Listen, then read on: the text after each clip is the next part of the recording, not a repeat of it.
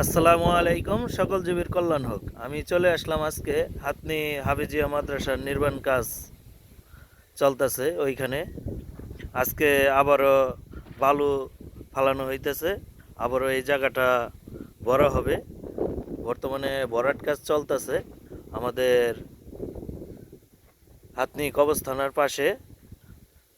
হাতনি হাফিজিয়া মাদ্রাসার নতুন ভবনের নির্মাণ কাজ চলমান। আজকে ভরাট কাজ চলতেছে বালু দিয়ে। ওই ইটের গাঁথনি হয়েছে ওই পর্যন্ত ভরাট হবে, তারপর আবারও কাজ শুরু হয়ে যাবে ইনশাল্লাহ। আপনাদের দোয়ায় ধাপে ধাপ অনেক কাজ এগিয়ে আছে আমাদের মাদ্রাসার। আপনারা আরও বেশি বেশি দোয়া করবেন।